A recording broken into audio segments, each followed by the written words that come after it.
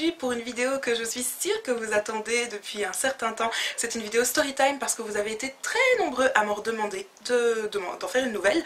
Donc voilà, j'espère que ça vous fait plaisir et on va démarrer tout de suite parce que je crois que ça va être assez long. C'est parti. On va commencer par le commencement. J'étais un jour sur le chemin du retour et j'étais dans mon train. Et on était en pleine heure de pointe, du coup, vous savez, ces heures-là, les trains sont pleins, et donc les places sont 2 par 2, du coup, chacun s'assoit à côté de tout le monde. Je réussis par chance à trouver une place, enfin 2 places seules, donc je m'installe côté fenêtre, le train avance, et tout à coup, il y a un jeune homme qui vient s'asseoir à côté de moi. Donc vous savez, là j'ai déjà le petit réflexe de regarder droite-gauche, il n'y a pas d'autre place, tu viens te mettre à côté de moi. Ok, le train était plein, il n'y avait pas d'autre place, donc je me dis voilà, il vient s'asseoir là comme il se serait assis à côté de n'importe qui. Et donc moi je suis côté fenêtre et je vois qu'il me lance parfois 2-3 petits regards. Donc dans ma tête je me dis j'espère que ça va pas être pour moi. Et ni une ni deux, il ne se fait pas attendre, il se tourne vers moi et il me fait salut, ça va? Donc là je me retourne, petit regard, oui ça va, et je lui demande pas et toi, vous savez j'étais fatiguée ce jour-là et j'étais pas en mode on va pas taper converse toi et moi, donc je lui ai juste dit ça va. Mais le train était plein comme je vous ai dit, du coup là autour de nous il y avait comme par hasard plein de filles ce jour-là et elles étaient à chaque fois par 2, et dès qu'il s'est assis à côté de moi qu'il a commencé à ouvrir la bouche, je voyais toutes les filles qui commençaient à parler, à me regarder, à me faire... Vous voyez les petits sourires de compassion, de je te comprends, ma pauvre, eh ben, elle me regardait comme ça. Donc le type a commencé à me parler, ça va, tu vas jusqu'où, tu t'appelles comment? Et moi, quand un inconnu me demande tu t'appelles comment et que je vois que c'est une tactique de drague, je réponds toujours la même chose, je réponds je ne m'appelle pas. Ben, je m'appelle pas. Donc il me demande tu t'appelles comment? Je m'appelle pas. Ah bon, tu t'appelles pas? Blablabla, il essaie, il insiste, on reste en contact, je peux avoir ton Facebook, ton numéro, blablabla, je lui dis non, je suis pas intéressée. Il insiste, je lui dis non, je reste polie, je reste gentille. Et à ce moment-là, le contrôleur arrive tout doucement, tout doucement. Donc il vient vers nous, il demande titre de transport s'il vous plaît, moi je lui donne mon abonnement. Déjà là, quand le contrôleur a voulu me rendre mon abonnement, au lieu de me le tendre à moi, comme il avait vu que le gars m'avait parlé, il a sûrement cru qu'on était ensemble. Donc le gars en question lui a tendu la main. Donc le contrôleur a donné mon abonnement au type, qui a regardé mon prénom et qui me l'a rendu. Donc après il savait comment je m'appelais. Et quand le contrôleur attendait pour que le type, bon, allez on va l'appeler comment? On va l'appeler Bernard. Que Bernard lui donne son titre de transport. Je m'y attendais, je sais pas pourquoi. Il commence à chercher, genre en mode mais où est-ce que j'ai mis mon abonnement? Il cherche partout. Et là je me dis non, non, fais pas ça, donne-lui ton abonnement, commence pas. Et donc là, il bafouille un truc en mode je pense que j'ai oublié mon abonnement à la maison. Donc le contrôleur, en plus ce contrôleur, tu sais, à mon avis c'était le plus discret du monde, il commence à crier vous avez oublié votre abonnement à la maison, monsieur? Rien que d'y penser, ah là là, j'étais tellement gênée. Donc, le type gêné, Bernard, lui dit oui, je crois que j'ai oublié mon abonnement à la maison. Donc le contrôleur lui dit bon écoutez, c'est pas grave, vous allez acheter un ticket. Normalement c'est 12,50 € en plus. On n'était pas encore passé aux 7 € d'office, enfin bref. Il lui dit normalement c'est 12,50 € en plus quand vous prenez dans le train, mais c'est pas grave, aujourd'hui je vais faire une exception. Il allait pas très loin, du coup son ticket ne coûtait que 3 ou 4 €. Même 3 ou 4 €, le gars, il commence à chercher partout. Il dit ah, je pense qu'en fait j'ai oublié mon portefeuille et il y a mon abonnement dans mon portefeuille. Et donc ça a duré quoi? Bien 2 minutes, il commence à parler, à palabrer avec le contrôleur. Ah monsieur, vous avez même pas 3 ou 4 € sur vous pour payer votre ticket? Moi j'étais là en train de me cacher parce que tout le monde pensait que j'étais avec, donc j'étais là, non. Je vous jure, j'étais à 2 doigts de prendre moi mon portefeuille et de lui payer son ticket juste pour qu'il s'en aille parce que tout le monde nous regardait, il m'avait affiché comme pas possible. Tu veux draguer une fille, mais t'es pas en règle, t'es pas clean, non, fais pas ça. Donc finalement le contrôleur s'en va, moi j'étais comme ça, je voulais plus qu'il me parle, et il ose se retourner vers moi et me dire bon, on en était où? On n'en était nulle part. Et alors là, il dit, allez, Manuela. Vous savez, avec ce petit air, je sais comment tu t'appelles. Manuela. Tu me veux quoi? Donc, et en plus, le truc, c'est que moi, j'étais sûre et certaine qu'il ne descendait pas à mon arrêt. Je voyais mon arrêt qui s'approchait. J'étais contente de me débarrasser de lui. Mais quand le contrôleur est arrivé et qu'il lui a demandé jusqu'où vous allez, etc., le nom de l'arrêt, c'était le même que le mien, comme par hasard. Donc je me suis dit, non, si descends à mon arrêt. Le train arrive à l'arrêt en question, je descends. Et là, le gars me suit. J'ai envie de pleurer quand j'y pense parce que... Il me suit. Et en fait, moi, quand je descends à ma gare, j'ai une ligne droite à monter. Donc je commence à marcher, le type, il vient derrière moi, il continue à parler. Il me dit, oui, t'habites vers où? Je ne réponds pas, je lui ai juste dit, écoute, j'ai pas envie de parler. Et puis à un moment, je m'arrête et je le regarde, je lui fais, excuse-moi, on se connaît? On se connaît? Je savais très bien qu'on se connaissait pas. Il savait que je savais qu'on se connaissait pas. Mais c'est juste pour dire, je veux pas faire connaissance avec toi. Laisse-moi. Et alors il dit, mais non, mais justement, j'essaie de faire connaissance avec toi et tout. Il commence à sortir des phrases bateau, de drague. Voilà. Puis on arrive vers ma rue. Et donc moi je tourne et je dis, je l'arrête tout de suite, je fais, attends, tu vas où? Il me dit, bah qu'est-ce qu'il y a, je t'accompagne. Je lui fais, pardon, tu habites par là? Il me dit, non, non, non, moi j'habite de ce côté-là. Je dis, ok, prends ta route. Prends ta route. Mais non, mais c'est pas grave, je vais t'accompagner. Mais qu'est-ce qui se passe? Je dis, mais écoute, j'ai pas envie de parler avec toi. J'ai pas envie qu'on fasse connaissance. Je veux pas te laisser mes coordonnées. Laisse tomber, rentre chez toi. Donc là, il me dit, oh, tu veux vraiment pas? Attends, mais c'est pas grave, on se reverra. Ok, comme tu veux, bouge. Il est parti. Un autre jour, c'était quoi? Une semaine après environ? J'avance, je descends de mon train, je prends ma route, j'avance tout droit, etc. Et là, le type était assis sur le pas d'une porte. Il m'a vu arriver. Il a ouvert sa bouche, les filles. Qu'est-ce qu'il a osé dire? J'avance, j'avance, j'avance. Moi, je l'avais très bien remarqué. J'ai fait genre, je l'ai pas vu. J'avance. Il me fait salut. Je le regarde, je fais petit sourire en mode ça va, mais je suis pressée, je m'en vais. Et il me dit, donc là, je l'ai dépassé, je suis dos à lui, et il me dit, tenez-vous bien, il ose me dire, ah, mais en fait, t'es aussi belle de derrière que de devant. Je me suis retournée, ni une ni deux, en mode, quoi? Il me dit, ah, mais non, hein, t'es super belle de devant, mais justement, t'es aussi belle de derrière que de devant.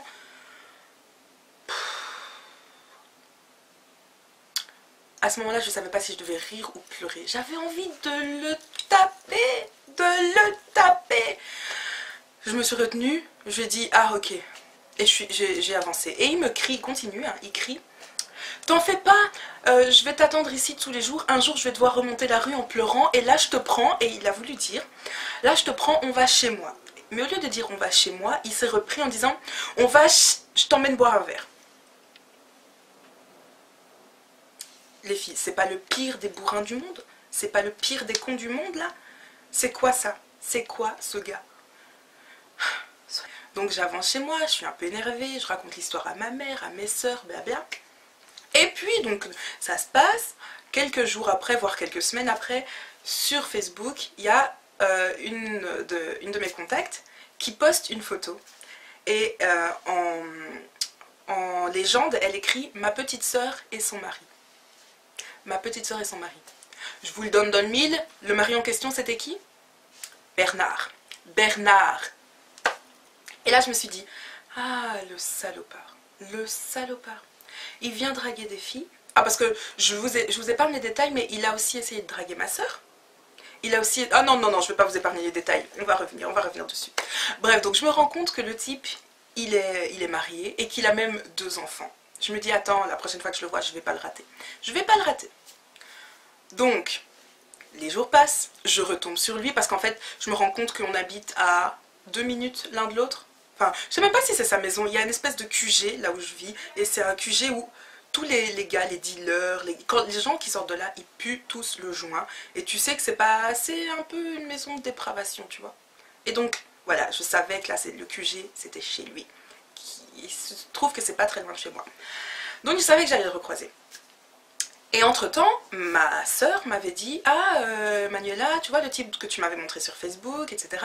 Il a essayé de me draguer. je me suis dit, ah ok, attends, ça aussi je retiens.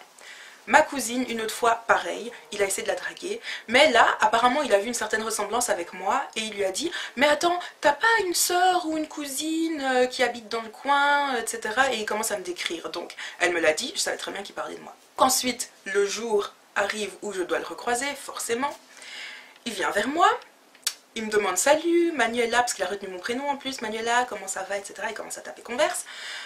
Moi je ne réponds pas, il a bien compris que j'avais pas envie de lui parler, hein. Mais il me suit, à chaque fois il me suit, il veut me raccompagner chez moi. J'ai même dû un jour faire semblant d'appeler mon père pour qu'il me laisse tranquille.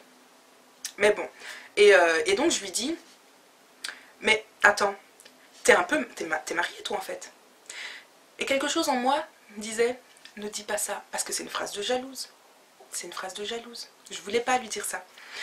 Mais j'étais obligée de dire ça, je pouvais pas laisser passer ça, il me les cassait. Clairement, j'étais obligée. Donc je lui dis, mais attends, mais t'es pas mariée toi? Non, mais tu sais, moi je drague pas quand je suis mariée. Au moment où je t'ai draguée, c'est sûrement que j'étais séparée avec elle. Déjà, même toi, tu sais pas si t'étais séparée avec elle. Bref, tu commences à sincèrement me gonfler. Mais c'est pas grave, vas-y, continue ton délire. Je lui dis, oui, en plus t'as dragué ma soeur, t'as dragué ma cousine, etc. Les filles, vous savez ce qu'il a osé me sortir? Vous savez ce qu'il a osé me dire? Il m'a dit, ah mais non, mais ça devait sûrement être mon frère. On se ressemble fort. Pardon? Quoi? Tu m'as pris pour une conne à quel degré? À quel degré de ton imbécilité, toi t'as cru que moi j'allais croire quand toi tu me disais que c'était ton frère, qui te ressemble comme deux gouttes d'eau? Vous avez le même prénom aussi? Ça se passe comment? On dit ça, gars. Oula, je suis en train de m'énerver. On va se calmer. Donc, il me dit ça, je lui dis ouais, c'est ça. En fait, en plus, t'es mariée, j'ai vu ça sur je commence à lui expliquer tout ce truc comme ça. Bon, à ce moment-là, je vous l'accorde, j'aurais peut-être pas dû parce que ça, je passe un peu pour la fille jalouse. Je m'en foutais, franchement, j'en avais vraiment marre, donc je voulais juste lui donner tous les arguments pour lui prouver qu'il me faisait chier, qu'il avait aucune chance avec moi et qu'il m'énervait et qu'il devait juste disparaître. Donc, il essaye tant bien que mal. Oh, mais non, mais je suis pas mariée, j'étais séparée avec elle à ce moment-là. Donc à ce moment-là, j'avance, hein. Moi je veux pas rester parler avec lui, j'avance, j'arrive près de ma rue. Vous savez ce qui se passe à ce moment-là? Mais le pire manque de respect du monde. On n'est pas potes. Jamais je suis venue chez toi en faisant genre viens on se fait un check, wesh poto, rien du tout. J'arrive devant ma rue, le type il se met devant moi, il me bloque la route et il commence à m'engueuler. Quand je vous dis qu'il m'engueulait, il a commencé à m'engueuler, à me crier dessus en disant « Ouais, mais attends, mais il y a moyen ou quoi d'enlever cette ardoise négative que t'as de moi? Je suis pas un gars mauvais, je sais pas pourquoi tu penses ça de moi, je t'ai rien fait, moi je veux juste faire connaissance, nanana, je veux t'inviter boire un verre. » Choquée, j'étais choquée. Comment toi, t'accostes une fille, t'essayes de la draguer, tu veux m'inviter boire un verre, tu me connais pas, on n'est pas potes, on n'est pas amis, tu oses m'engueuler, je suis ta fille, je suis ta femme, je suis ta soeur, comment tu peux... Qu'est-ce qui se passe? Et ça se passe comment dans ta tête à ce moment-là, toi, pour m'engueuler moi? Et tu crois qu'avec ça, tu vas avoir tes chances? S'il te plaît, s'il te plaît. Soit. Et je l'ai revu il y a environ 5-7 jours. Le gars s'approche de moi, il vient, genre il me tend la joue. Et je me suis juste reculée comme ça, je l'ai regardé de haut en bas, en faisant... Genre, il y a quoi?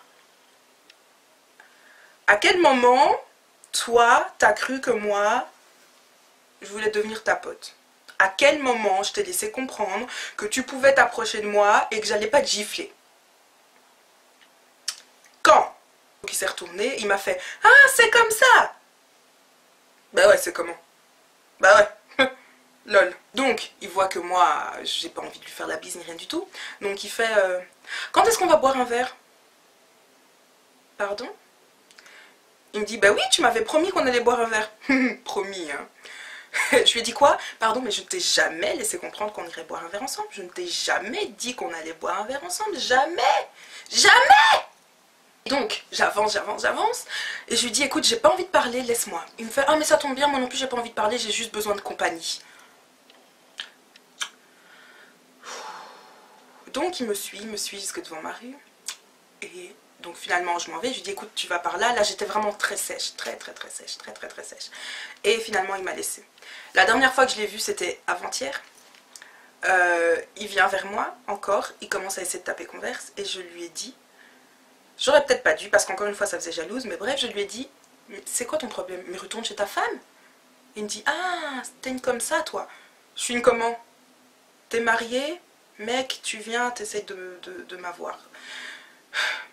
Pourquoi? Pourquoi, les gars, vous faites ça? Pourquoi? Bon, je suis pas en train de mettre tous les gars dans le même sac, loin de là, mais pourquoi? Du coup, voilà. Disons que ça, c'était plus ou moins la première partie de l'histoire, parce qu'il y a eu un autre épisode avec ce gars. J'arrive pas à me débarrasser de lui. En fait, je suis trop gentille, je pense. Et pas je pense, vraiment, je suis trop gentille et j'arrive pas à être trop bien ferme avec les gars. Du coup, ils ont un peu peur, enfin ils ont un peu l'impression parfois que je joue, je crois. Alors les filles, franchement, même les mecs, peut-être même surtout les mecs, comment faire pour se débarrasser d'un bourrin pareil? Comment faire pour se débarrasser de lui, pour qu'il comprenne clairement que je veux pas de lui? Je vais vraiment finir par être très méchante, mais j'ai pas envie. Donc comment lui faire comprendre fermement, mais correctement? Dégage. Restez gentil avec lui, mais lui dire qu'il doit dégager. Franchement, j'ai besoin de votre aide là. Voilà, dites-moi si vous voulez l'autre épisode avec ce gars. Et si vous voulez la suite de l'histoire, vu que je suis encore en train de vivre ça pour le moment. Et je n'arrive pas à m'en débarrasser. Et aidez-moi si vous avez des solutions. Voilà, je vais vous laisser là. Donc c'était... Est-ce que c'était vraiment une story time? Oui, enfin c'était plein de petits éléments en fait pour vous faire comprendre que voilà, j'avais affaire à un de ces gros bourrins et que j'arrive pas à me débarrasser de lui. C'est genre un pot de colle. Et voilà, donc je vous fais des gros bisous, je vous laisse. Et vous inquiétez pas, j'ai d'autres story time bien drôles à vous raconter. Ça arrive, ne vous en faites pas. Je vous fais des gros bisous, je vous dis à très bientôt pour une nouvelle vidéo. Et je vous embrasse très fort. Comme d'habitude, jusqu'à la prochaine fois, prenez soin de vous. Mouah. Est-ce que ça vous étonne ça? Ma chambre est très souvent en désordre.